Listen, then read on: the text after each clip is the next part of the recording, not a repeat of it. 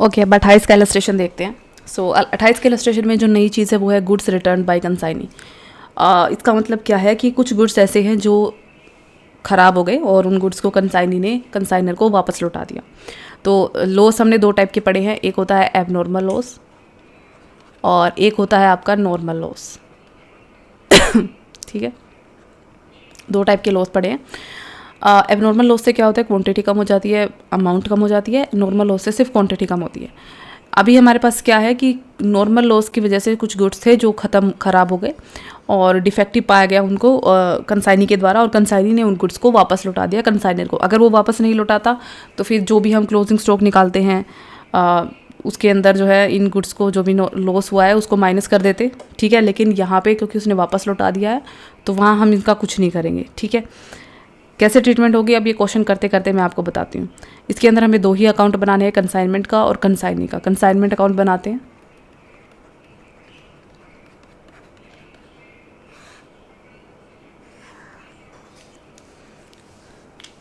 दूसरा हम बनाते हैं कंसाइनी का अकाउंट, और कंसाइनी है हमारे पास मॉडर्न अप्लायंस।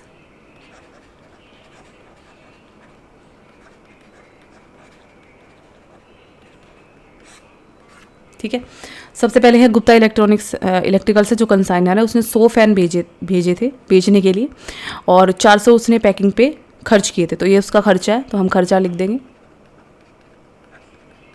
कंसाइनर का खर्चा। कॉस्ट थी हर फ़ैन की 750, लेकिन जो भेजे गए थे वो इनवॉइस प्राइस पे भेजे गए थे और वो 20% अबव कॉस्ट है, मतलब कॉस्ट से 20% ज़्यादा। तो 750 अगर कॉस्ट है और 20% इसका ज़्यादा, तो यानी 150। 750 का 20% 150, यानी टोटल 900 रुपये में आपने भेजा था। ठीक है, ये हमारा इनवॉइस प्राइस है। तो गुड सेंड ऑन कंसाइनमेंट,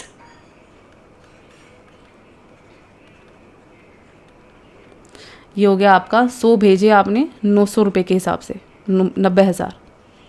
ठीक है, उसके बाद 5 फ़ैन ऐसे थे जो ट्रांजिट में लॉस्ट हो गए, एबनॉर्मल लॉस है। ठीक है, और ट्रांजिट में हुआ है। तो इन ट्रांजिट जब भी एबनॉर्मल लॉस होता है तो एबनॉर्मल लॉस निकालते समय हम सिर्फ कंसाइनर के खर्चे लेते हैं, याद होगा आपको। तो सिर्फ हम क्या करेंगे, इन 5 की कॉस्ट, और एबनॉर्मल लॉस सिर्फ कॉस्ट पे निकलता है, तो 5 की कॉस्ट प्लस कंसाइनर के खर्चे, प्रोपोर्शनेट खर्चे। सो 5 फ़ैन की कॉस्ट जो है 750 रुपये के हिसाब से ये बनती है आपकी 3750, और कंसाइनर के खर्चे जो हैं, कंसाइनर ने 400 रुपये के खर्चा किया है। ठीक है, और ये 400 उसने पूरी 100 फ़ैन के लिए किया था और 5 के लिए हम निकाल लेंगे, तो ये हो जाएगा 20। तो आपका एबनॉर्मल लॉस आ जाएगा 3770। एबनॉर्मल लॉस की एंट्री डाल दो।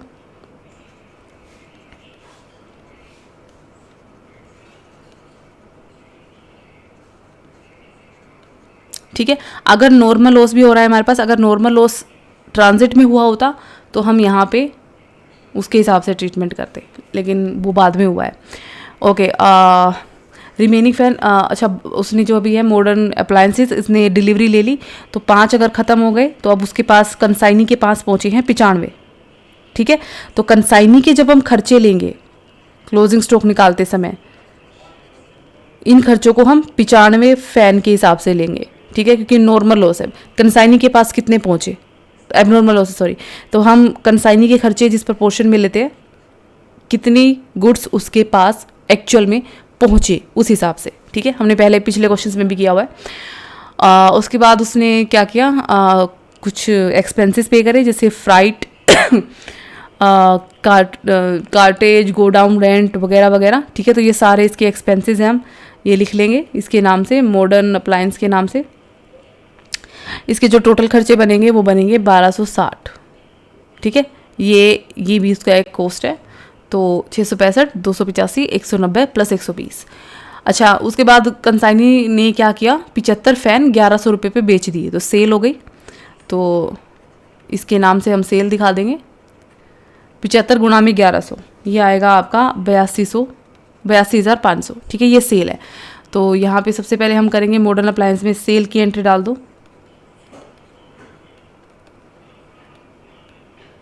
82,500 की टोटल सेल करी है, और यहाँ पे इसका जो खर्चा हमने दिखा रखा है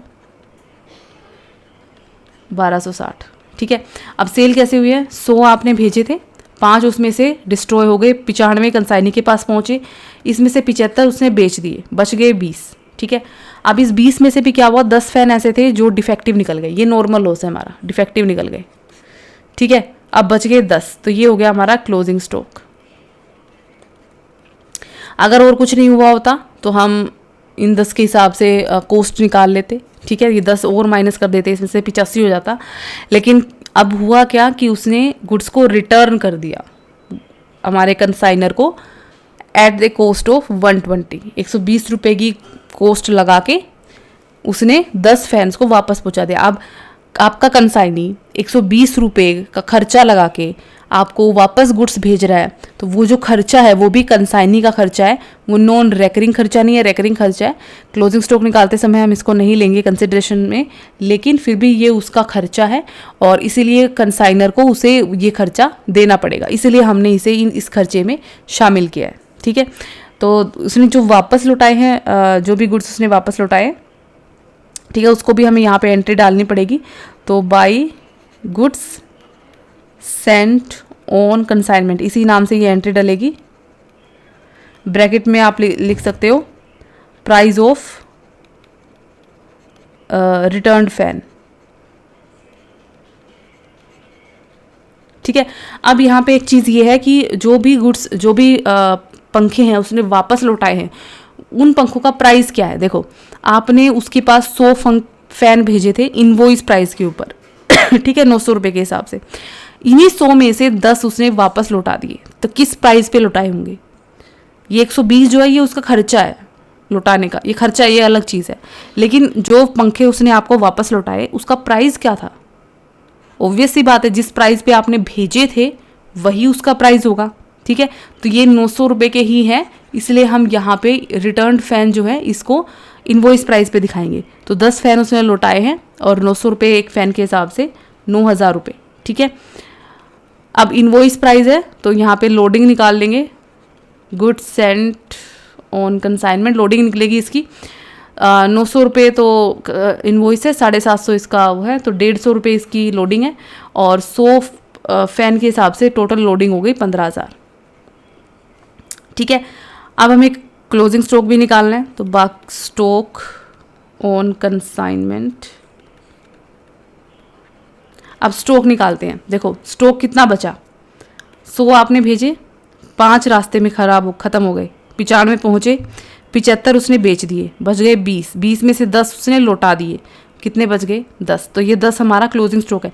तो क्लोजिंग स्टॉक हम कैसे निकालेंगे, सबसे पहले क्लोजिंग स्टॉक निकलता है इनवॉइस प्राइस, जिस भी प्राइस पे आपने गुड्स को सेंड किया था, इनवॉइस पे सेंड किया था, तो 10 फैन का इनवॉइस प्राइस 900 रुपये के हिसाब से ये बनेगा 9000। ठीक है। प्लस नॉन रेकरिंग खर्चे, क्लोजिंग स्टॉक में कंसाइनी के और कंसाइनर के दोनों के नॉन रेकरिंग खर्चे मिलते हैं। तो कंसाइनर के तो सारे ही खर्चे नॉन रेकरिंग होते हैं, कंसाइनर ने 400 रुपये का खर्चा किया है, तो ये इसके नॉन रेकरिंग खर्चे हैं। तो ये पूरी 100 के लिए किए थे इसने, 10 के लिए निकाल लेंगे, हो गए 40। प्लस कंसाइनी के नॉन रेकरिंग खर्चे जो हैं वो कितने हैं, सिर्फ ये वाला 285 और 665 फ्राइट का और कार्टरेज का खर्चा। ठीक है, कार्टेज का, तो ये हो जाएगा आपका 950। और कंसाइनी का खर्चा मैंने अभी बताया था आपको किस बेसिस पे निकलता है, जितनी यूनिट उसके पास पहुंची, तो उसके पास तो 95 ही पहुंची थी सिर्फ, तो बटे 95 गुणा में 10। ठीक है, ये हो जाएगा 100। टोटल आपका क्लोजिंग स्टॉक निकलाएगा 9140। तो क्लोजिंग स्टॉक डाल देंगे। अब इनवॉइस प्राइस है तो ऑब्वियस सी बात है, दो चीज़ें हैं, क्लोजिंग स्टॉक है और इनवॉइस प्राइस है, तो स्टॉक रिजर्व होगा। स्टॉक रिजर्व निकलता है लोडिंग के हिसाब से, ये लोडिंग है।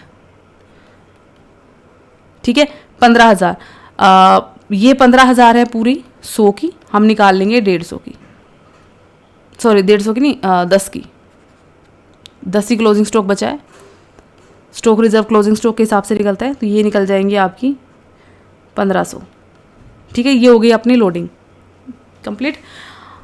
अब